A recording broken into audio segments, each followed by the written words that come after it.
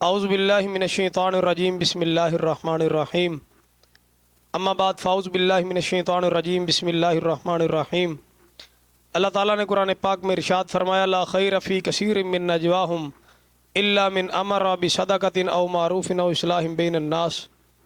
کہ نیکی خیر بہت سی باتوں میں، پوشیدہ باتوں میں، مگر یہ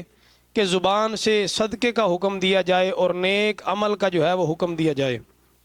آقا علیہ الصلوۃ والسلام سے پوچھا گیا، حضرت عقبہ بن عامر رضی اللہ تعالیٰ عنہ روایت کرتے ہیں، میرے آقا سے پوچھا کہ یا رسول اللہ سب سے افضل کون سا کام ہے انسان کی نجات کے لیے؟ تو میرے آقا نے ارشاد فرمایا زبان پکڑ کر کے، زبان ایک ایسی چیز ہے کہ اگر اس کو کنٹرول میں کر لیا جائے تو انسان فلاح پا جائے گا، نجات پانے میں اس کو آسانی ہوگی۔ پھر حضرت عیسیٰ علیہ الصلوۃ والسلام سے کسی نے پوچھا کہ سب سے زیادہ افضل عبادت کون سی ہے؟ تو آپ نے فرمایا عبادت 10 قسموں کی ہے، جن میں سے 9 قسمیں خاموشی ہے اور ایک قسم جو ہے وہ زبان سے بولنا ہے، کیونکہ زبان ایک ایسی چیز ہے، انسان کہتے ہیں کہ معروف یہ مقولہ ہے کہ زبان کے اندر ہڈی نہیں ہوتی لیکن یہ ہڈیاں توڑوانے کی صلاحیت رکھتی ہے، کیونکہ اسی زبان سے جو 5 انتہائی خطرناک چیزیں اس سے نکلتی ہیں، ان میں سے سب سے پہلی چیز ہے لعنت۔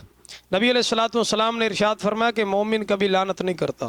اور دوسری چیز اس میں سے جو نکلتی ہے وہ استہزاء، یعنی کہ کسی پر ہنسنا، کسی کا مذاق اڑانا۔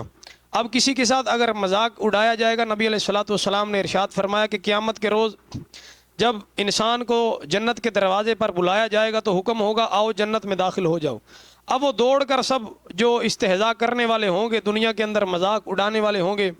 اب وہ دوڑ کر جب جنت کے دروازے کی طرف آئیں گے تو پھر جب قریب آئیں گے دروازہ بند کر دیا جائے گا، اب پھر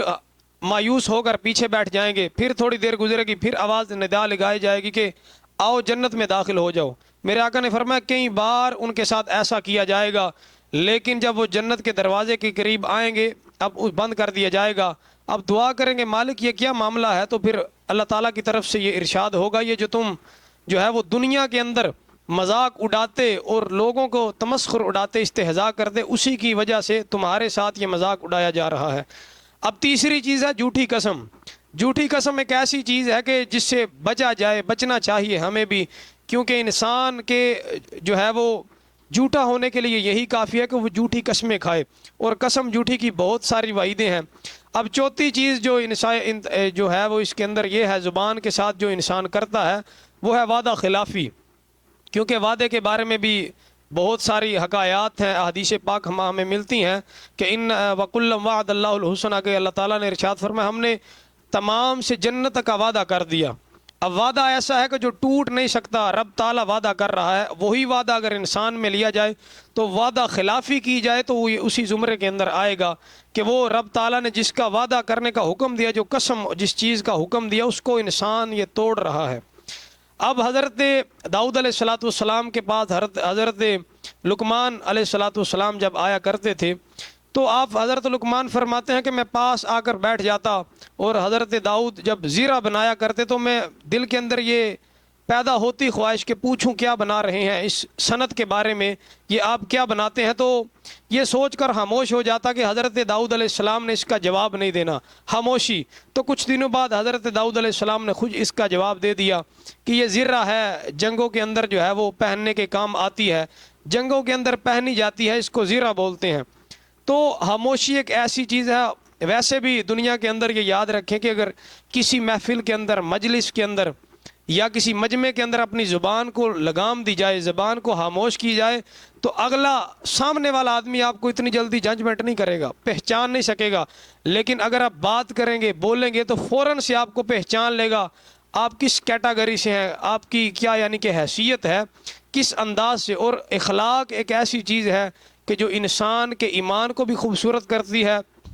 اور دوسرا